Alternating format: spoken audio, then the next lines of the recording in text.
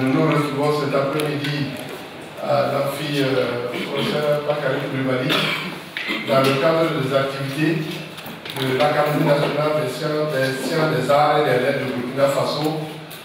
Plus précisément, le collège de sciences humaines, lettres, arts et culture.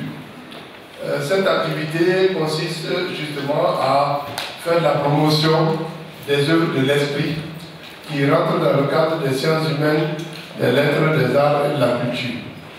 Et aujourd'hui, nous avons l'ainsi honneur de rencontrer deux éminents auteurs. Il s'agit de M. Apollinaire Soumaro Ouattara, qui a occupé de très hautes fonctions dans l'administration publique, dont Abdoul Karim Sango, qui a été ministre de la Chambre de la Culture. Les ouvrages seront présentés respectivement par, je commence par le présentateur le plus important, le docteur Suleiman Ganou, qui est donc enseignant au département de lettres modernes ici. Alors, celui qui va présenter l'ouvrage de son maître, c'est Salif Fou Sangaré. Pour ce faire, je vais commencer par le premier ouvrage, Plaidoyer pour l'État. Quand je prends cet ouvrage, il y a deux choses qui me font entrer.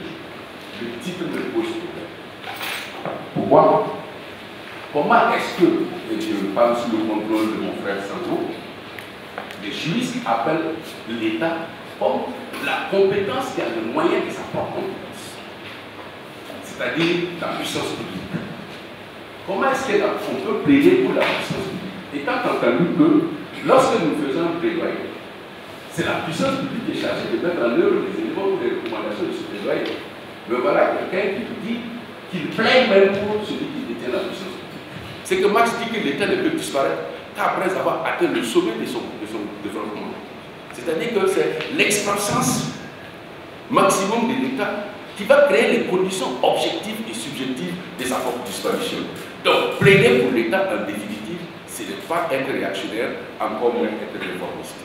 Voilà pour l'essentiel de ce que j'ai retenu pour le premier ouvrage. Je vais essayer de m'attaquer un peu rapidement sur la question du second ouvrage, les moments critiques.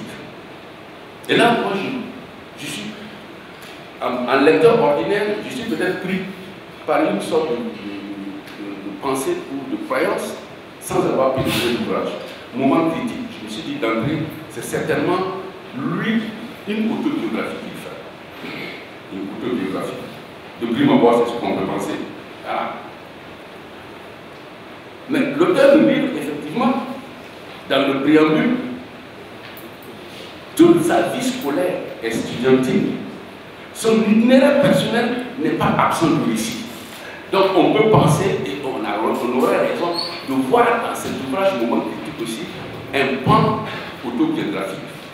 L'ouvrage que j'ai l'honneur de présenter s'intitule « Pour la culture, je plaide » et a pour auteur Abdoul Karim Sango. L'ouvrage est constitué de 147 pages distribuées en 11 chapitres. Il a été publié en 2023 chez les éditions Mercury. J'ai organisé la présentation de l'ouvrage selon l'architecture suivante.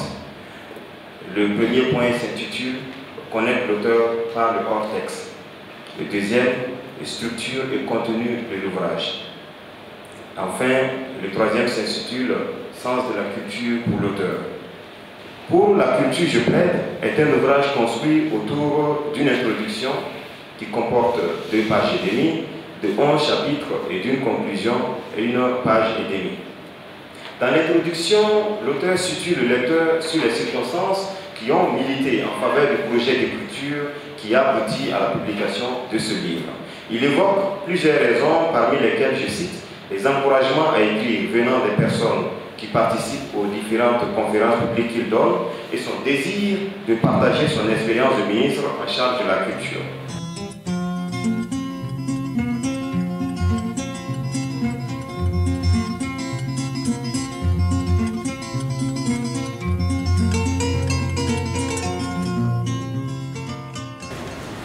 Le docteur Sangaré a présenté le joyeux coup d'État et moment critique. À travers donc son exposé, je vais apporter, je viens de découvrir une autre dimension des deux ouvrages.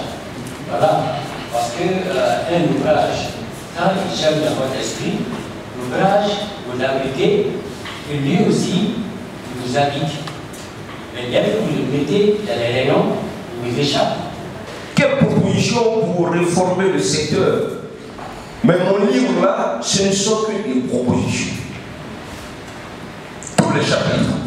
Et je crois que ce califat spécial est un point de départ. Nous allons certainement organiser d'autres rencontres et peut-être trouver le moyen de faire des choses beaucoup plus, qui nous donnent beaucoup plus de temps pour échanger.